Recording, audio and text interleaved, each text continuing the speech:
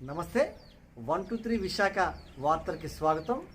ఈనాటి వార్తా విశేషం. ఎలక్షన్ కోడ్ నిబంధనల ప్రకారం నగదు తరలించకూడదనే ఆదేశాల మేరకు ఎక్కడికక్కడ మొబైల్ పార్టీలు పోలీసు అధికారులు తనిఖీలు నిర్వహిస్తున్నారు. నర్సీపట్నం చోడవరం బిఎన్టీ రోడ్లో రోలుగుంట పరిధిలో పోలీసులు ఈరోజు తనిఖీలు విస్తృతం చేశారు. ఈ రోడ్డు మార్గంలో నగదు తరలింపు జరుగుతుంది అన్నట్లుగా సమాచారం రావడంతో పోలీసులకు ప్రత్యేక టీంలు ఏర్పాటు చేయడమే కాకుండా ఒకే రోడ్లో 4 క్యాంపులు ఏర్పాటు చేసి వాహనాలన్నీ కూడా క్షుణ్ణంగా తనిఖీలు చేశారు. తనిఖీ చేస్తుంటే అందులో ఒక వ్యక్తి నగదు తరలిస్తుండగా పోలీసులు అదుపులో తీసుకున్నారు. వెంటనే మొబైల్ పార్టీ స్కాడ్ అధికారులను రప్పించి నగదు ఎంత తరలిస్తున్నారో ఎక్కడి నుంచి ఎక్కడ తరలిస్తున్నారో అనే దానిపై విచారణ జరిపి వారి దగ్గర నగదును క్షుణ్ణంగా పరిశీలించారు.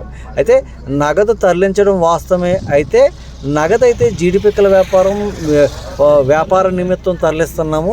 పిక్కల తరలింపులు ప్రక్రియలో ఈ నగదు తీసుకెళ్ళడం జరుగుతుందని చెప్పడంతో పోలీసులు ఎక్కడి నుంచి ఎక్కడికి వెళ్తుంది నగదు పూర్తి వివరాలు సేకరించారు. చూస్తున్నాం మన ఎక్స్క్లూజివ్గా 123 టీవీలో అయితే మాత్రం చోడవరం రోడ్డు మార్గంలో బిఎన్టీ రోడ్లో అయితే మాత్రం పోలీసులు విస్తృతంగా తనిఖీలు నిర్వహిస్తారు చూడొచ్చు. అయితే వ్యాపారస్తులు చిన్న వ్యాపారస్తులు అందరూ కూడా డబ్బులు తీసుకెళ్ళి చాలా జాగ్రత్తగా ఉండాలని చెప్తున్నారు.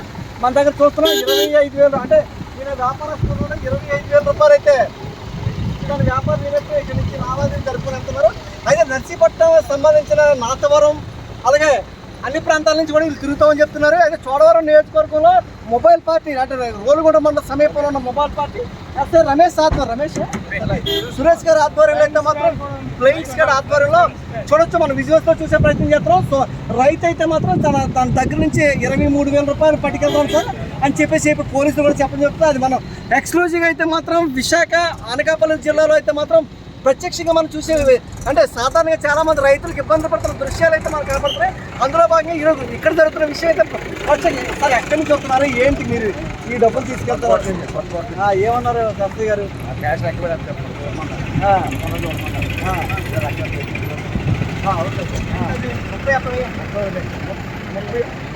ఫ్లయింగ్ స్క్వాడ్ కూడా పక్కనే ఉన్నారు.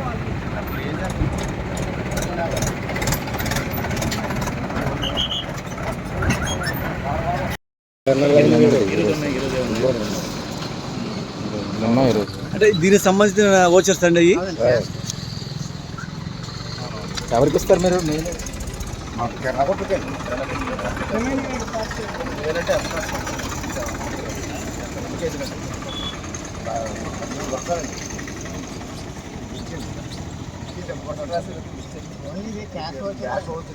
దేనికోసం అని రాయాలి కదా, ఏం చెప్తామన్నది రాయడం లేదు. రెండో ఉంటారు క్యాష్ ఇచ్చి రాసిస్తాం.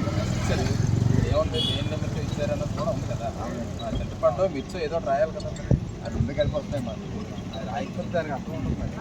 ఓకే ఈ టైంలో మరి ఇలాంటి పట్టుకెళ్ళినప్పుడు కూడా జాగ్రత్త ఎందుకంటే వ్యాపారస్తులు కాబట్టి తర్వాత 50,000 ఖచ్చితంగా